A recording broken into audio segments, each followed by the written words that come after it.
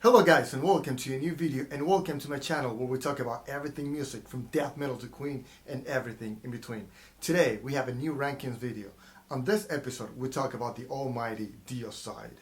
Great band and one of the most popular videos on my channel, so that's pretty awesome. Now let me tell you this. Most of my musical career was built in Florida and I was actually neighbors with these guys. I actually got the chance to hang out with them. We opened up for them a couple of times, and the guy that did the artwork for my favorite DEICIDE album actually did the artwork for the debut album of my ex-band, Thrash or Die, Nissan Lopez, so that's pretty awesome too. So yeah, I have a really cool connection with these guys, but I gotta tell you, lately I lost track of them, and they had come up with a couple of albums I didn't even know about. So I had to revisit them and listen to them for a couple of times, and I was actually pleasantly surprised by one of them, so that's really cool.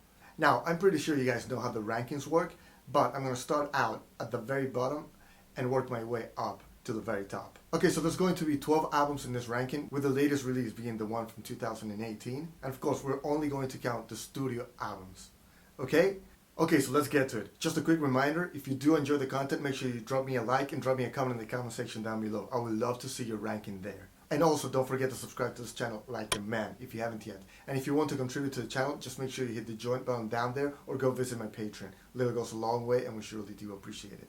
Okay, on with the show. Okay, so all the way at the bottom, on number 12, we have Torment in Hell from 2001. And what a torment it is to listen to that album. Now, the quality production is really, really bad.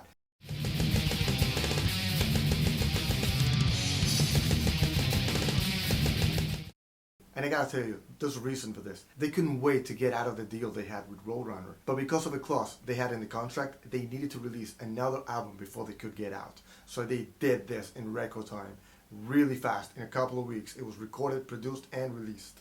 So yeah, you can definitely tell. I mean, the production quality is pretty god-awful. The drums sound like garbage. They're drawn out in the mix. The mix is not good. Even the album cover is really bad. And the lyrics aren't that great either. So yeah, number 12 goes out to Torment in Hell. Coming in at number 11, we have Incinerate Him from the year 2000. The album didn't really work for me. It just felt really uninspired, and you can tell the chemistry within the band wasn't all that great at this point. It's really a forgettable album. And again, the artwork, not that great. Coming in on the number 10 spot, we have DEICIDE's 9th studio album, Till Death Do Us Part from 2008. This was actually the second album they had come up with without the Huffman brothers, so without the original lineup, and it really sounds a lot different from classic DEICIDE. I mean, you can definitely tell there's a Doom influence on this. I mean, it's a lot slower and you can definitely hear a lot of low end. Not an awful album, but definitely not what I expect to listen to when I pop in a DEICIDE CD. Coming in at number 9, we have Scars of the Crucifix.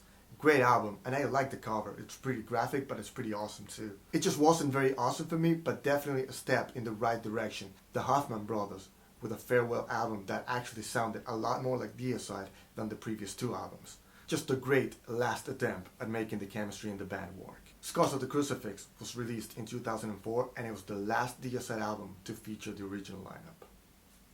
Coming in at number 8, we have In the Minds of Evil from 2013. And before even thinking about recording this ranking video, I hadn't even heard this album. And I had to listen to it a couple of times before recording this video. It is the last DEICIDE album to feature Jack Owen, and it's the first DEICIDE album to feature Kevin Kirian. So it's pretty cool, but it's definitely kind of a transitional album, and it definitely tries to sound a lot more old school than the previous albums. Pretty cool album, just not as good as his next one.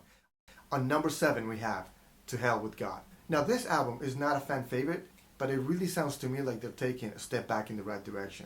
They really started to sound like DEICIDE once again, and that's a win in my book. It's not easy for a band to get out of their comfort zone and then come back and sound authentic. It's just not. So I think this album proves that they were actually after that sound once again. On spot number 6, we have the 2006 release, The Stench of Redemption. And what an apt name for it. You can definitely tell that they're trying to redeem themselves. This is their first album without their original lineup, and you can definitely tell that they're taking a different direction, but it still managed to sound authentic, and it still managed to sound like old DEICIDE. And don't get me wrong, I love the Huffman brothers, but I think at this point they were done with the band, and you can definitely tell that this is a breath of fresh air. Alright, so now we get onto the top 5. Pretty exciting. Now, if you're still with me, please do me a favor and hit that like button down there. And if you haven't yet, make sure you subscribe to this channel like a man for more death metal content. Alright, now for the number 5 spot, we actually have a very surprising album that I didn't even know existed, and boy was I missing out. This album really sounds like old school DEICIDE. Not like the first 2 albums, but it kind of sounds like that Once Upon the Cross, Serpents of the Light period, and that's a great period to sound like. So yeah, spot number 5 goes out to Overtures of Blasphemy from 2018. Awesome. I'm gonna be on the lookout and get that puppy as soon as I find it. It's raw, it's fast, it's melodic, it's heavy, and it's got some of the best guitar soloing I've heard on any DEICIDE album. So yeah, great job guys. Coming in on number 4, we have one of my favorite death metal albums, Once Upon the Cross from 1995. That's a great album. I mean, the album cover is kind of okay, I guess, but the sound quality and the production and the lyrics are awesome. Some really awesome and brutal riffs and very memorable riffs are included on this album. I mean, the title track, When Satan Rules This World, They Are the Children of the Underworld, great songs, great lyrics too. One of the top moments in death metal history. Number 3 on the list, we have DEICIDE's debut album from 1990. Now, to be honest, Gunpoint, if I had to choose between Once Upon the Cross and DEICIDE, I would probably listen to Once Upon the Cross because the production quality and sound are way better.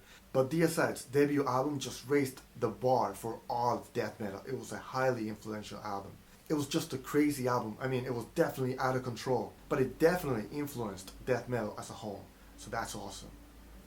Coming in on number 2, we have probably the best album in all of DEICIDE history. The crowning achievement of the band's discography. The second album, Legion. Now, Legion is an awesome album. I just need one word to describe it, and that word is brutal. I mean, what an album. It's so brutal, it's heavy, it's fast, it's awesome. Definitely a hugely influential album for all of death metal, and a fan favorite. But spot number 1 to me belongs to Serpents of the Light. That is my favorite DEICIDE album. It sounds great, great riffing, and it might not be as brutal as Legion, but I think they found the sweet spot between brutal and technical. It's really awesome, and as a guitar player, I really enjoy playing a lot of the riffs. And also, think about the track list. If you're a DEICIDE fan, this could easily be a greatest hits album. I mean, just think about it. We have Serpents of the Light, Bastard of Christ, Blame It on God, This Is Hell We're In, I Am No One. I could go on and on. Awesome album. And of course, the fact that Niseen actually did the artwork is a big plus to me. And to be honest, this is the album that actually got me hooked onto DEICIDE. So it really holds a special place for me. Alright guys, so I really hope you guys enjoyed the video. Please drop me a like if you did. Drop me a comment in the comment section down below. I want to see your list. And of course, don't forget to subscribe to this channel like a man if you haven't yet. And if you enjoy the content and you want to contribute, please hit that join button down there or go visit my Patreon. I will see you guys next time. Pat out, metal on, dudes.